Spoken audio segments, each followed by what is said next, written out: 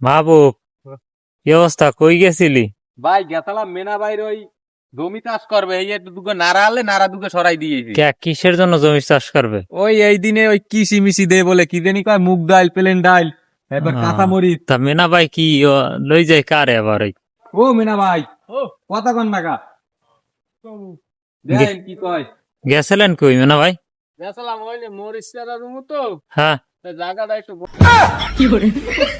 কোন বাসা লাগবে এই বাইসে এলাম। ও বেশ, তা মরিচ চারা রইবেন কবে?